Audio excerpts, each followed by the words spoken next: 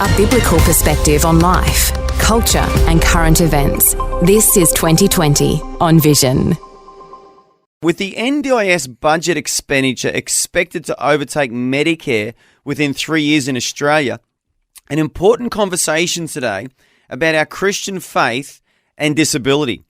And our special guest today says we live in a world where value is often assessed through a person's external attributes such as image, wealth, or popularity. But disability can create significant challenges to this value model. Keith Harris has written a new book to remind us that God sees value where people sometimes do not. And it's also about inclusion and acceptance in church to those with disabilities, based on a person's spiritual value rather than their worldly or external value. Keith says people with disability live in a shadow world.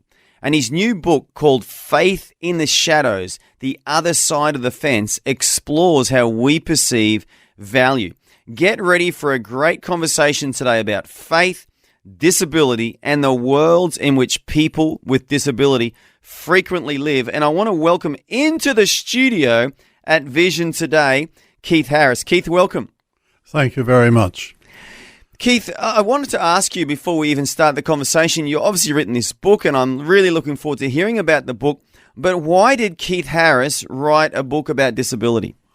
We discovered our daughter had serious neurological disabilities. We tended to mask them. We worked around them, but we didn't identify them. And it was a bit of a shock to us to discover that our daughter didn't think the way we did. So that led to, I'm a church pastor, I'm in a country parish, I have a daughter that doesn't see things the way I do. How does she see faith? How does she understand faith? How does faith work in her life? And that led to me producing a small paper at the Australasian Conference on Academy and Church at St. Lucia University. I was asked to by the church to do that because of our experience, and that led to the basis of the book. How does a disabled person see faith, and how do we, on our side, see their faith? How do we understand it? How do we accept it? How do we embrace it within our church culture? Amazing. It's a really interesting topic, and I think, as I mentioned, the NDIS in the introduction, initially it was projected that about 400,000 would be on the NDIS when they started it, but it's now projected to be closer to 1 million Australians living with some form of disability within the next 5 years. And how old was your daughter when you guys really realised, wow, she just can't get this stuff like we get it? She was 18 years old. She came to Brisbane to go to COTA to learn catering. And she was out of our environment. We were catering for her disability. We didn't know it at the time. And when she came to the university, one day, the teacher said, well, look, she's just sitting in a room by herself. And what had happened is the class had moved from that room to another room. And it's that framework, that different way of thinking, of cognating or thinking things through, that made us realise that our daughter needed help. The early days were difficult, obviously. We were in a panic. We were searching for answers. Then we realised we had to come back into the city to find support. Since then, NDIS has done a great job for us. We do appreciate our carers, our care organisation, and the workers. But yeah, it's a slow process of rebuilding. Our daughter's now 40 and we're just seeing very gradual increases. But as an example, how does she see faith? She sees faith in 2D. We see it in 3D. We look at the whole person, the outside of the person, how they react. She looks at it in 2D. So that sounds a bit weird, but that's basically how she looks at faith.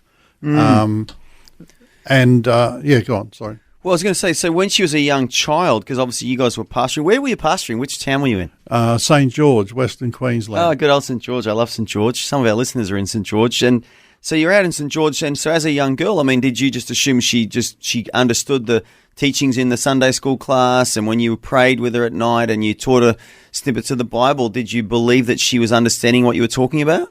She would give back to you what you gave to her. There was very little adaptation of knowledge that she expresses as herself.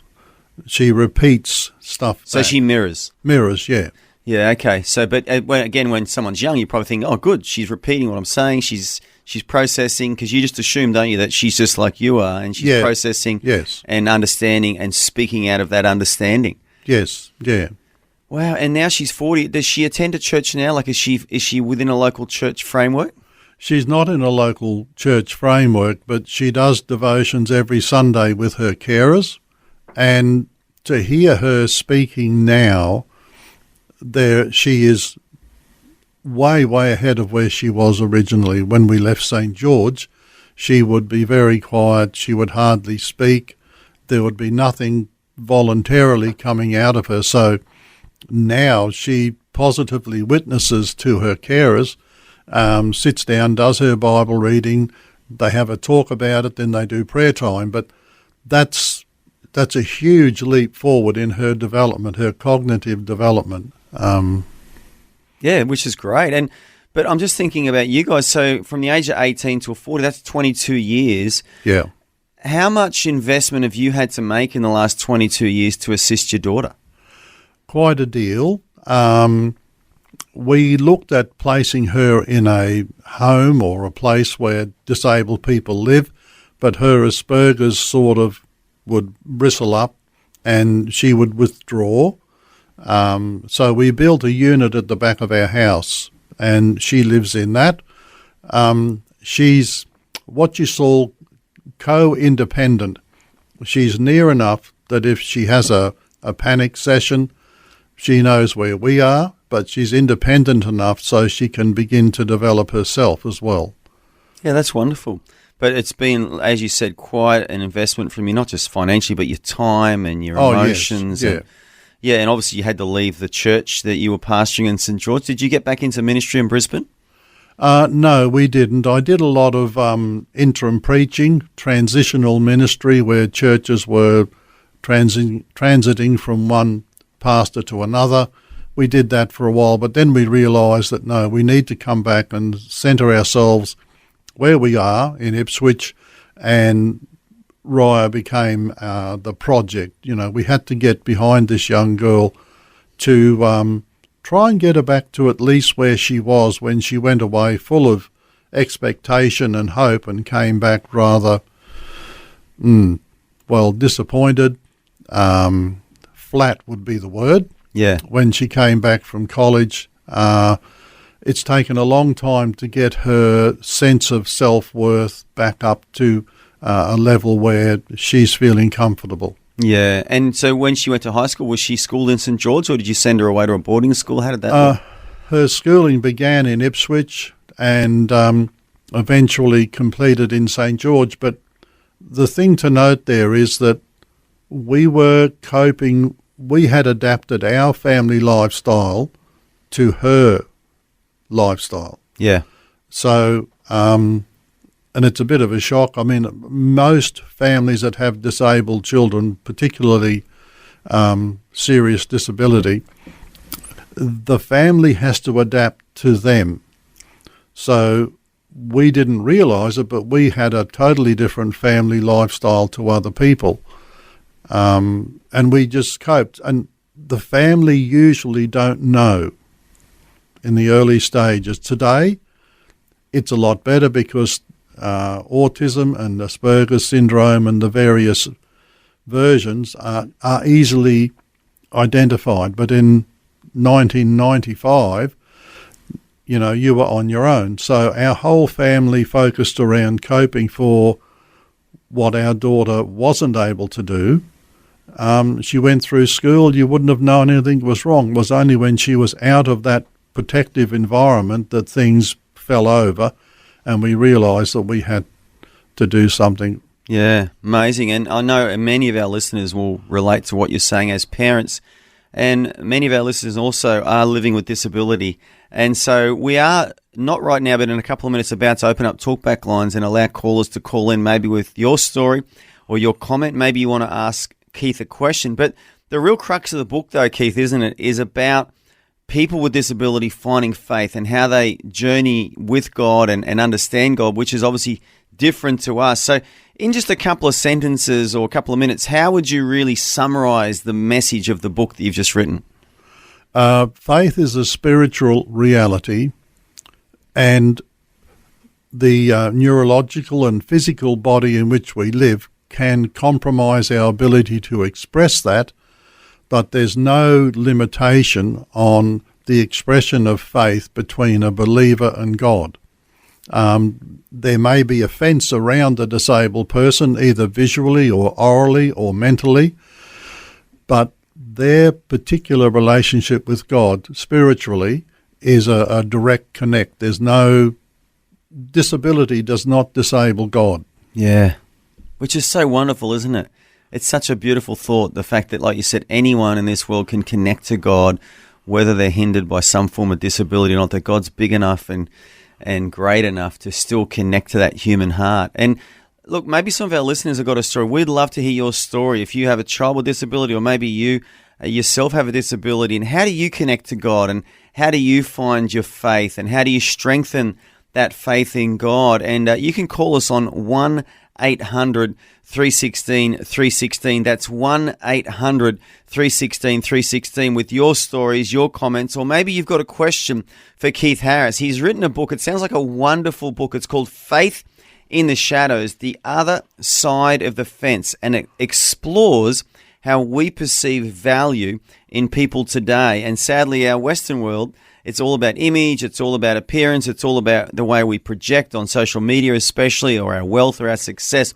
But I love the truth of God, which is that He looks at the heart. He sees value in the human heart. But today we're having a really interesting conversation with Keith Harris, who has written a book called Faith in the Shadows, The Other Side of the Fence. And it's exploring how we perceive value in humanity, but it's effectively written about people with disability and how they connect to God, and God and all of His greatness, how He connects to people with disability, and just for all of us to understand that that may be a little bit different to the way we connect to God, but that God works with people with disability and that we can also learn to work with them as well. So we're taking your calls now on 1-800-316-316. That's 1-800-316-316. We've already got a couple of callers, but keep calling in. And the first caller off the rank today is George from, is it Mulga in New South Wales?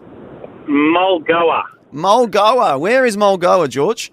Mulgoa is near Warragamba Dam, out of Wallacea, in between Penrith and Warragamba Dam. Oh, yeah, just out west of Sydney there. Well, George, thank you for calling in today. I've got to be honest with you, I've never spoken to someone from Mulgoa before, but have you got a comment for Keith or a question? Yeah, just a comment. Just basically, I've got a child with Down syndrome. He's 12 years old, and it's been lovely watching him grow in the faith. Like we come from a large evangelical Anglican church at Rooty Hill, and he's loved and cared for and brought up in the ways of the truth. But I've always wanted to know. Like, I know that he mimics and does what we do, but I really want him to have a faith of his own. And I've tried to encourage that as much as possible in the way we pray, and asking him to pray and to speak to God, and he's verbal. What other ways, Keith, do you think would be a good way of encouraging a real and vibrant faith in my son, without the whole, well, just do as we do and she'll be right? Yeah, just looking at that for a moment, what's your son's name again? Sorry? His name is Jonathan. We call him Jonty. Okay. Well, does he draw? One of the things that really impressed us with our daughter was that if I was preaching, she wouldn't talk about the sermon, but she would draw. That's a mode of expression that you may like to explore, because drawing for a young boy by the name of Robbie was how he expressed his faith. He drew what he wasn't able to articulate in words. Also, I think your observation of him as you're reading the Word of God, what is his body language like? One of the girls in the book, her name's Mary, and we've written a separate set of books about her. Music has a dramatic effect upon her. So there will be a language that Jonathan has. It may take some time to find out what that language is, but I can say categorically that God leaves no one silent when faith is concerned. There will be a way. It may take some searching, but what does he like to do? Does he draw? That sort of thing, if you look for it, it will be there. The language will be there. We talk about Mary's language in the children's books, and her language is music. Yeah, you're spot on there, Keith. I think just listening to you speak, it's definitely not drawing, but I think it's music. He loves being out the front of the church and singing. He loves the songs like My Lighthouse. He loves to sing and he loves to dance. He expresses his joy and his, I guess, I don't know what else he's expressing when he's singing, but he does really love to sing. And I pray and I just say, please, God, you know his heart, you know his mind, you created his innermost being. You work out what's happening in my son and help me to encourage that and to bring it out to light. But I just thought, but it's nice to hear you talk about ways that they express it themselves, and it's definitely, I think, my son is music. He's verbal, but but music is the way he expresses his joy and his happiness. Yeah, words come from the mind. Music comes from the heart. And music is an important part of church. If we just had someone talking, we'd all be asleep. The singing engages the heart. I was just thinking of King David and Saul, and this is what we find with Mary, who is the reason for the book being written, by the way. When we play secular music, she's agitated. This girl's totally non-communicative, hasn't spoken a word in her entire life. But when music is played, and Christian music, her whole persona changes. So I would say that you have got your answer there. If music speaks to Jonathan, then God is talking to Jonathan through music. Yes, thank you for that. I've always wanted to work out how do I do it, and it was right in front of me all the time, I guess, as the music. And he does love to pray as well. Like when we pray over the food, he always wants to be the one to pray and thank God for the food. And he's when he's at kids' church, he's always drawing. He always draws a picture of me and then always prays for me. And it seems like it's only me that he prays for. He's always praying for me. Perhaps I need it. I don't know, but he's. Well, you know what, George? He sounds like an amazing little child, and we've actually got a couple other callers who've called in as well. But when you guys are talking, I just love Keith's answers to you as well. But it reminded me of an old Bible teacher who said, Keith, like in the book of Genesis in the Garden of Eden, some Hebrew scholars believe that God used to sing to Adam and Eve as well. God's communication to his own creation was through music and singing. So, George, it sounds like, Keith's really pointing you guys in the right direction there, that it's obviously music and singing, that's your son's primary form of communicating to God, which is a wonderful thing. Yes. Yeah, thank you. Thank you for taking my call. George, legend, mate. Thank you so much for calling. You sound like an amazing dad too, and that's obviously why he's praying for you so much, because you're always in his mind. So God bless you. You have a wonderful day, and call us again sometime too, huh? Will do. Cheers. God bless. And we've got other callers waiting. We've got Granville from Rockingham in WA. Granville, welcome to the program. Hi, thanks, Andrew. Yeah, I thought I'd ring up because for years I worked as a social worker in England with for children, adults who had disabilities. And then I came to Australia and got married. And for about 20 or 30 years, I worked for Active Foundation as a support worker in the group homes. And I just like to say, I've got a Christian faith in God, is that what you're saying about music and drawing, that's very, very helpful to people. Each person's different, like we're different. It's just kind of find what they can tap into. And at church, I go to a church in Rockingham. One of the people there is a disability, top end, very close to normality. And she loves singing, talking, having a cuppa after the service. And, and God loves them just as much as what he loves you or loves me. And there is a purpose in their life. There's value in their life. They're not determined by any money they earn or status, nothing to do with that at all. Yeah, so you did 20 years as a support worker in disability, huh? Yeah, I think more like in active. I think probably more like 30. I think it's 30. I've Incredible. just decided I'm 77 now. Incredible. And you've noticed music and singing is a way for people to really communicate as well. Keith, you got any thoughts you want to share with Granville from Rockingham, WA? Yes. Working in disability and in support work, you've obviously come across people with early stage of dementia or with full dementia. I do talk about that in the book, in particular helping people understand that the dementia does not negate faith. What's the best way to say this very quickly?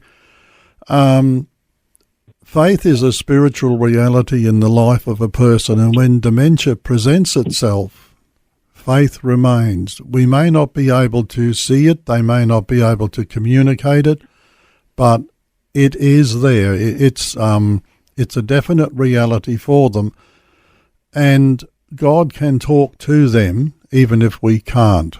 I think that one of the things we like Jonathan was saying, that we look at people visually and externally, but internally,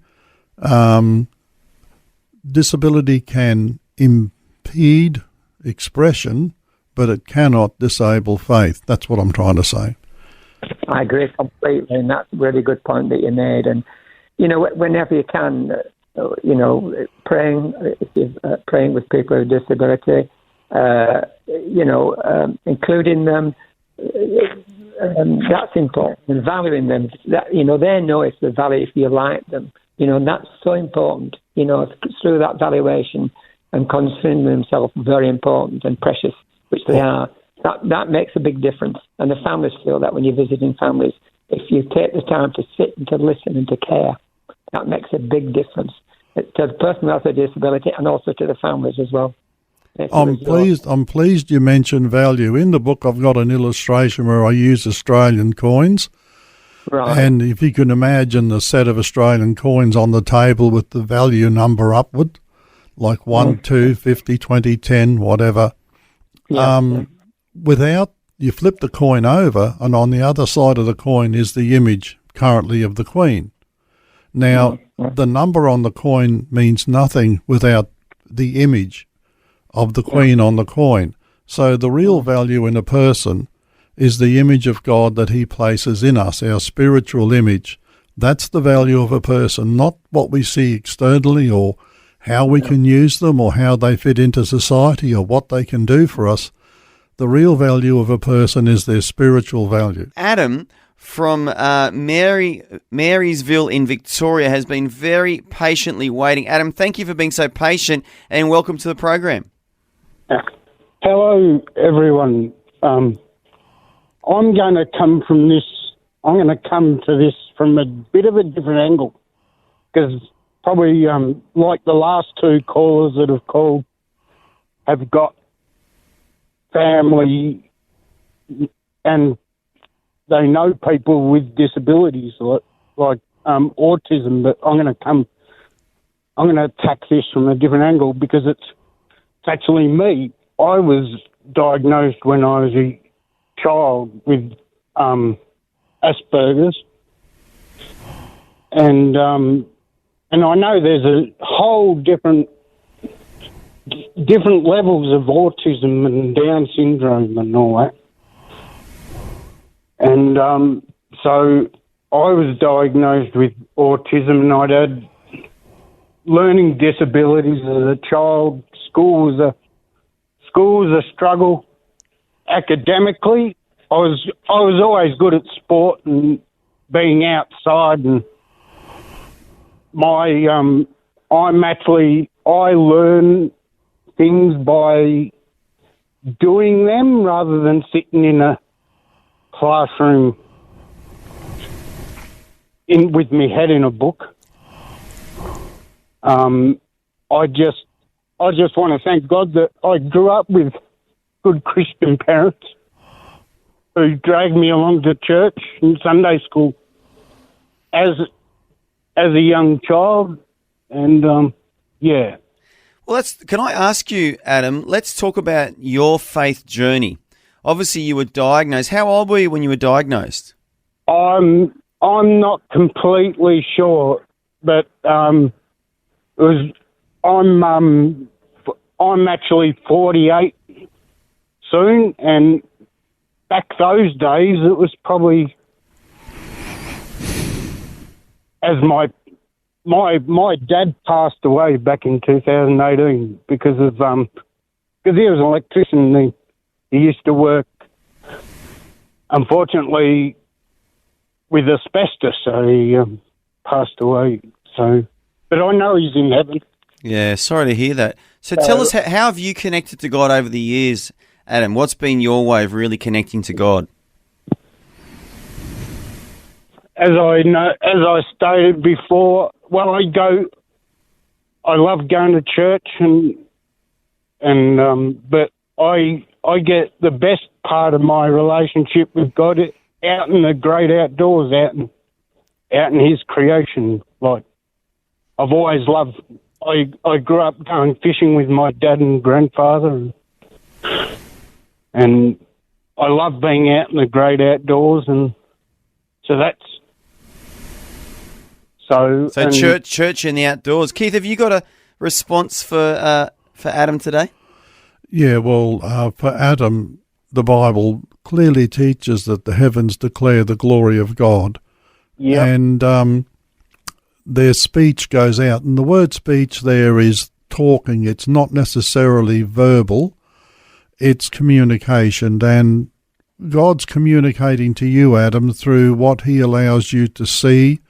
And that beauty of His creation, that helps you in your faith. In Romans, the Apostle Paul talks about the same thing, that it's obvious to us in the creation that we live in that God is a beautiful and wonderful person, and I think that would encourage you. My daughter's Asperger's as well, and she's two-dimensional, as I mentioned, so she doesn't see the subjective world that we live in. She sees a direct world and what's in front of her. So I would say keep your faith alive by your singing, you're visiting the church, you're talking where you can with people. Some will want to communicate to you. Someone may take you for a drive in the country. I'd be driving down the Moonee to St. George, and I'm saying boring, boring, boring. And then it dawned on me that the eyes that God gave me to see the creation He's created are a gift. So instead of looking at the 4-hour journey from Brisbane to St. George as a boring thing, to me it was a wonderful thing to just look at the beauty of God in creation, and that would encourage my heart as I drove back to my church to take up parish duty. So if that works for you, then that's how God is speaking to your spirit. Yeah, well, I don't know whether you know that Marysville is actually in the Victorian Alpine area. Oh, it's not far from we're not far from Mount Buller and all that. So wonderful scenery. Yeah. And can I just say, God is good, because despite sometimes I used to spend a lot of time in my childhood listening to other people's lies about me. And then I heard one day, instead of listening to what other people are saying about you, start listening to what God's saying about you or says about you. And yeah, because he loves us. And I've been able to, my church, we explore the spiritual gifts, and I believe God has definitely given my spiritual gifts are actually more of a physical, a doing type gift than the other type of gifts that there is. But so God can use anybody, no matter what they're, as long as we allow Him. Amen. Wow, you just nailed it there, Adam. I love what you said, that you've just got to learn to just listen to what God says about you. That's the same for all of us. I don't care if we've got a disability or not. So many of us live in the words of others, the opinions of others, the impression we get from other people. And one of the greatest truths we can discover is that, what does God think of me? What does God say about me? And the fact that you've just realised that your gift is natural. You're a doer. You're a helper. You bless people in physical, natural ways. I think that's wonderful. Keith, we've got another caller on the line, so we're going to have to move on. Adam, we could talk to you all day, brother. You've got such a beautiful heart, and I really appreciate you calling in. But Keith, have you got any final thoughts for Adam? Yeah, just enjoy your relationship with God, and as you travel around and as you do things, just be pleased that God is using you with the gifts that you have to do the work that He wants to have done. Yeah.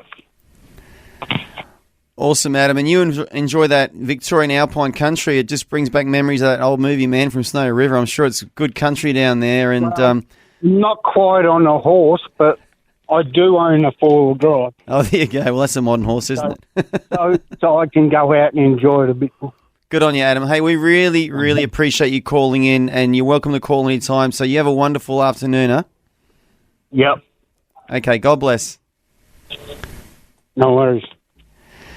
And we are taking your calls today on 1-800-316-316. Maybe you got a comment or a query or question for Keith Harris. He's written this book. It's a fascinating book, and it's called Faith in the Shadows, The Other Side of the Fence. And it's all about people with disability connecting to God, and more importantly, God connecting to them. And we've got a couple of other people who've called in, and one of them is Wendy from Bowen. Wendy, I want to thank you for your patience, and welcome to the program today. Thank you. What would you like to ask Keith or talk to Keith about? Well, I just think it's amazing what I've just heard in the last few minutes driving in the car around Bowen, because so much of it rings true for me. I'm in my early 50s now. I grew up 70s, 80s going to school.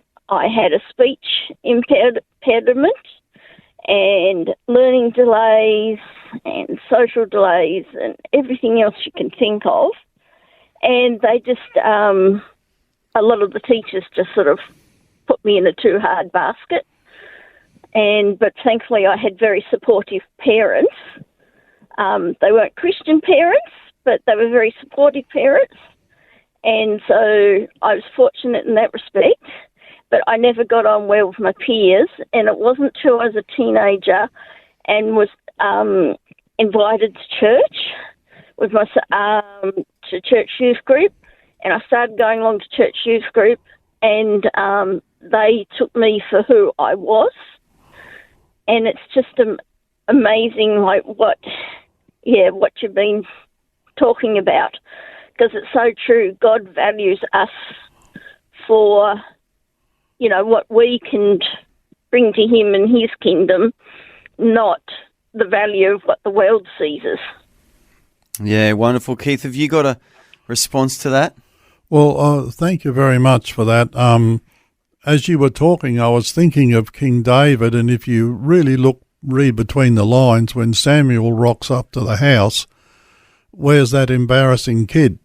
He's Yes. out the back paddock, definitely don't let Samuel see him, whatever you do. Yeah. So sometimes we feel that way, but the Lord has a work for each of us to do, each of us that he gives this wonderful gift of faith to have an ability to help, to talk, and to communicate this wonderful gospel of Jesus Christ. And whichever way you do it, we do it to the glory of God. And I think that, the story of poor old David, I think, it is a miracle that he was, Isaac was forced to go and get him. He'd run through all the ones that he had that he thought had value, as Jonathan said, in society and would make a good king. But sometimes the Lord does have us put aside for a bit, but then when the time's right, he will lift us up and we will have the joy of doing his work in the world in whatever way he calls us to do it. Yeah, and I mean, that's what I've found over the years. And I mean, since then I've realised I had dyspraxia, which wasn't heard of back then. And at least now I can look back and go, right, this is why things were that way when I was growing up, supportive parents and stuff. But it's so nice that the church recognise people of all values in society. And I'm actually about to start being a support worker for people with mental health issues. So it's great that I can then continue with that work and be empathetic in my work as well, because I understand where people are coming from.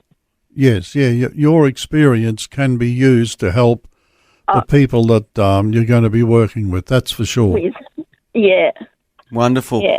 And Wendy, what I love about your story is that you found acceptance and love in a local church too, amongst God's people. What a great testimony. Yep. Yeah, thanks to an amazing youth group of the late 80s, early 90s.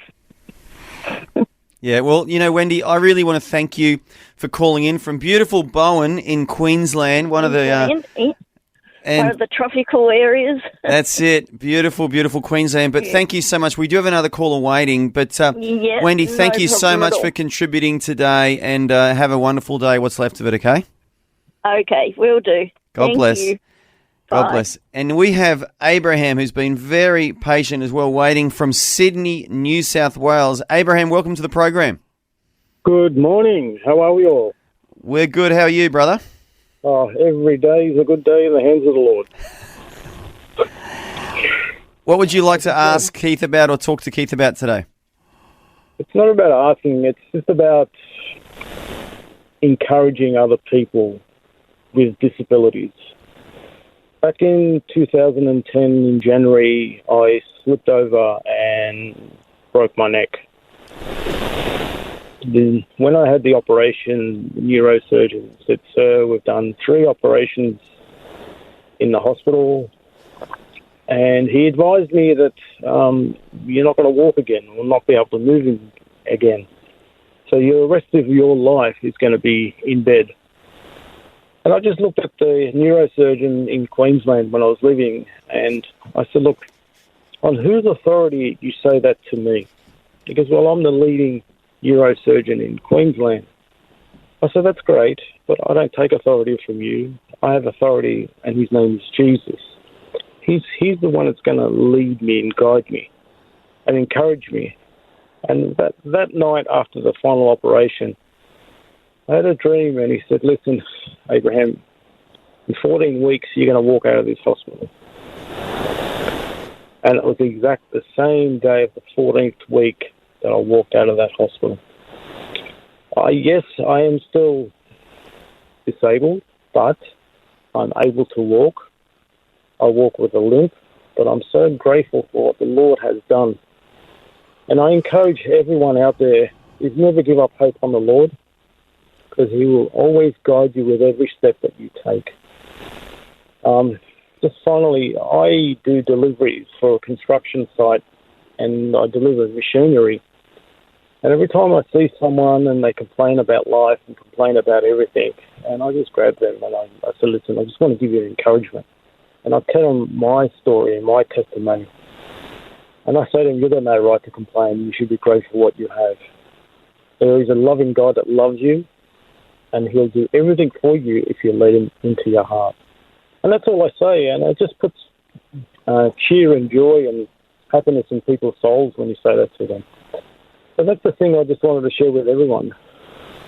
Yeah, Wow. so that's, yeah. Well, that's really encouraging. You got a really strong faith, Abraham, and you're shining your light. And Keith, have you got something you want to say to Abraham in response to that? Yeah, Abraham, living with a disability is a real challenge today. As Jonathan basically said, we're so much visual in our society today. I've got a paragraph here I want to read to you. What is important is not to focus simply on the disability of a person and how we cope with that disability, but to consider as important, more than anything else in our discussion, the real inner person, their spiritual nature, which defines their true humanity, their beauty and being, as we live with them in our church fellowship, community, family and world. That's basically the summing up of the book, going through a whole raft of issues and ideas and concepts. But it's the beauty of God, our relationship with God is what identifies us. It's our true value in this world, and God is obviously using your faith in his way in the work that you're doing for him in your church and in the world you live in. Yeah, totally agree, because it's not about the disability, but it's the ability of what someone can do with their faith. Yes. And that's all I really have to say about it. Wonderful. Abraham, really appreciate you calling in, and what an encouraging testimony too that you just stayed strong in your faith even when the experts told you you'd have a different outcome, and you're still shining your light for Jesus now, witnessing, sowing seeds. So really appreciate you calling in, Abraham. You have a wonderful day, what's left of it, my brother. And you too. God bless. Yeah, God bless, man. We'll talk to you again, huh? All right, bye-bye. Well, Keith, we are coming to the conclusion of our time together today, but I just want to ask you in conclusion, what are your final thoughts or words for today in this topic of faith and disability? I think getting the priority of faith first, disability second, would be how I would look at things. The inner being of a person is their true value. And even though, as one of the writers that I quote says, the vessel may have issues, the inner being, the spiritual nature of a person is their true value. And when faith is resident in that spiritual nature, they have true value with God, a relationship that is lifelong, continuing on into eternity. And I think that's the way we should look at people, at their inner beauty rather than what we see externally of them. And to me, that's how the Lord looks at us. He looks at the heart, and it's in the heart where faith lives, and that heart, of course, is our spiritual nature. Wonderful, wonderful. And if you've just joined us, Keith Harris is our special guest today, and he's written a book, and it's called Faith in the Shadows, The Other Side of the Fence. And it's all about people with disability and how they connect to God, and more importantly, how God connects to them. Keith and his wife have had their own journey with a daughter who was diagnosed at the age of 18, and for the last 22 years, they've been heavily involved in her support and her care, and they've watched her own journey of faith. Now, Keith's book is available through his website, which is KeithHarrisToday.com. That's KeithHarrisToday.com. If you go to that website, you can access this wonderful book that Keith has written. And I would encourage everybody listening today that has some connection with disability, either personally or maybe a family member, a friend. Maybe you are a disability support worker listening today. You're on the job, and the person you're caring for may be having a sleep or a rest, and you're just listening to Vision. Encourage you, go to this website, KeithHarrisToday.com, and you can get this book. It's called Faith in the Shadows, the other side of the fence. And Keith, just finally, your last words, please. Yeah, the book is it's a bit technical, but it's readable.